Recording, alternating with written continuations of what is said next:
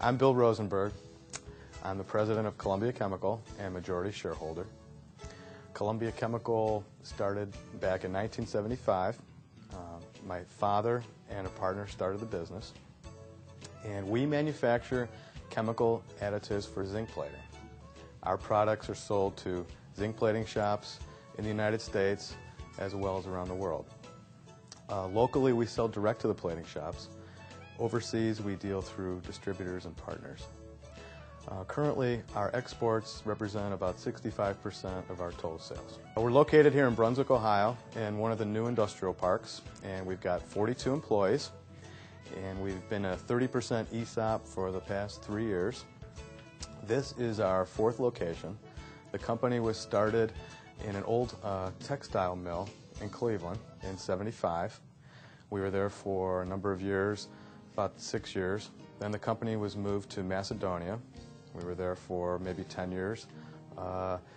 We moved to Brunswick at that point in 2 buildings that were built for our use. And I'm pleased to say that we've recently outgrown that location, and we've been at this location for the past month. So everything is new. We had the opportunity to re-engineer everything, and now we've got room for expansion, and we're looking forward to the future. I began working here in 1986 while I was still in college. Upon graduating from college, I got into the front office, transition from production to sales and tech support. At that point, my father's partner retired, and he was on a royalty. We paid him on a royalty basis. After working at the company for a number of years, when I was around 30 years old, back in '95 or so, my father started contemplating retirement. We kicked that around.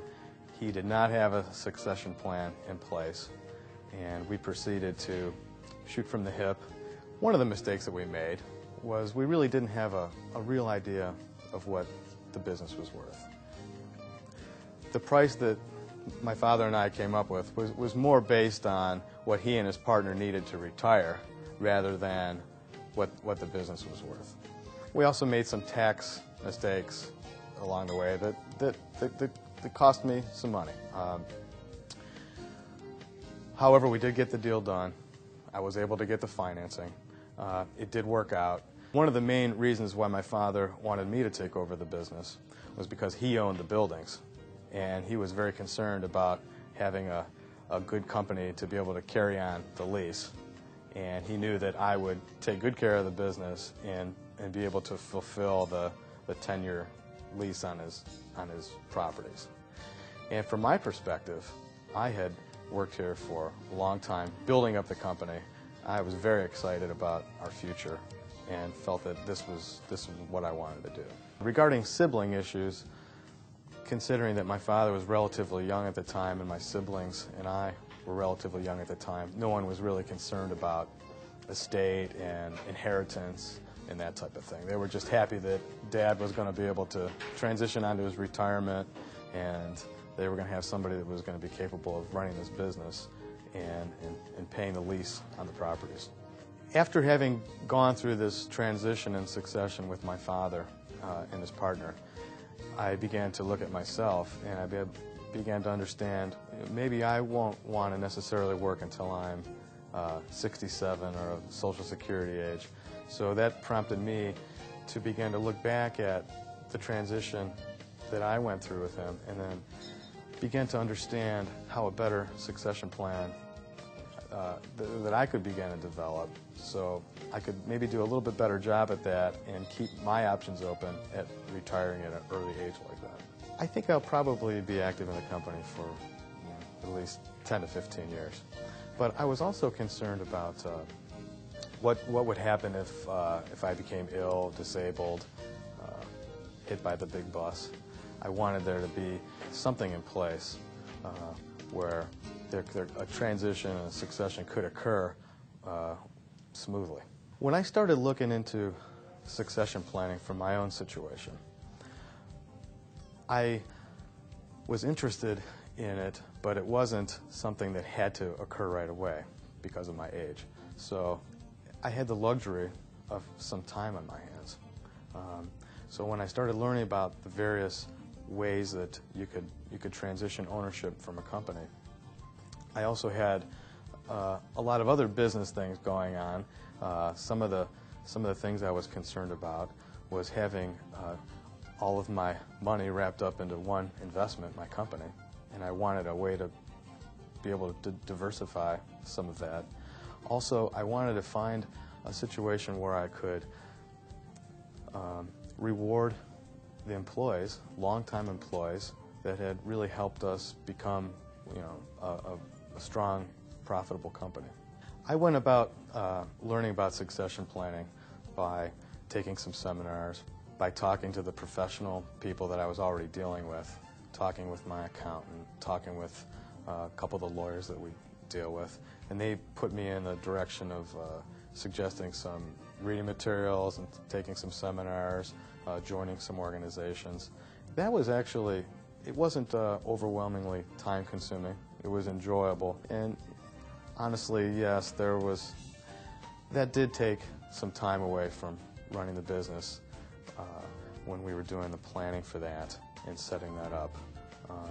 However, I feel that going through all that stuff, it actually ended up making our company stronger in the end.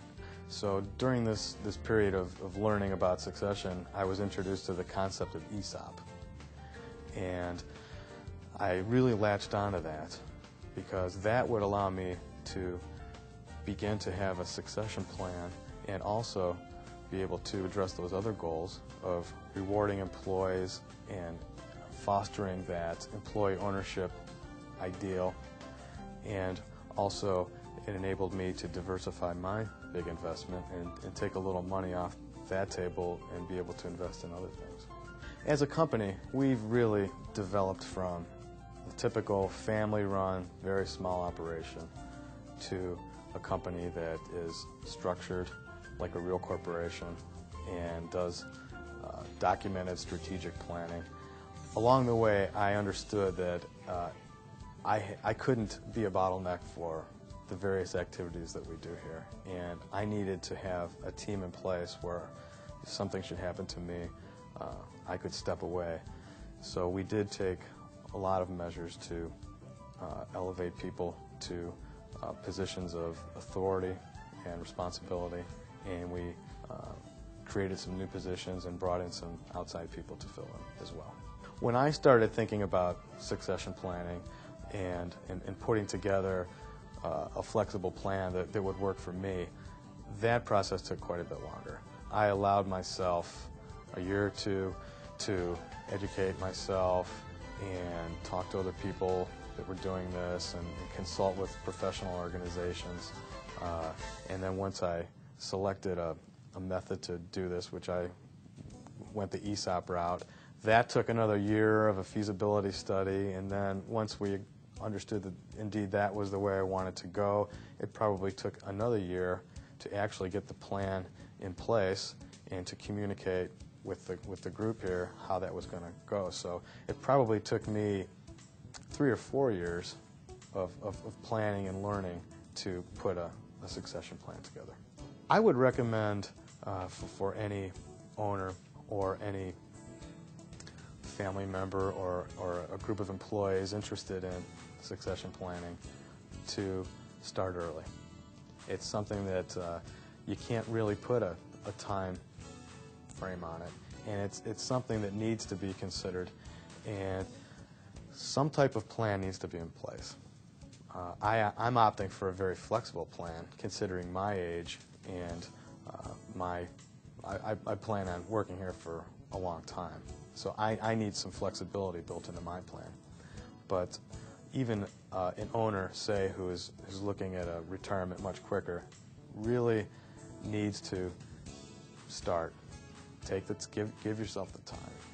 Allow yourself to be educated. Allow yourself to look at some different options. I think the ESOP has certainly had an impact on our productivity and the employee buy-in.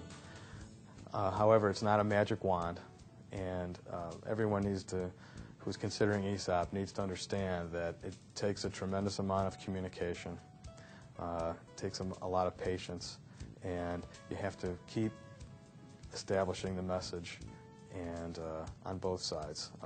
The employees have to have some patience and have to be willing to understand the message, and from the leadership as well. We have communicated the fact that we're an ESOP company now to our customers, our suppliers, colleagues. We have a quarterly newsletter that we publish, and it's had a tremendously positive effect. We've come to learn that we've got a couple customers that are ESOP companies, so we talk to them regularly about how that's going.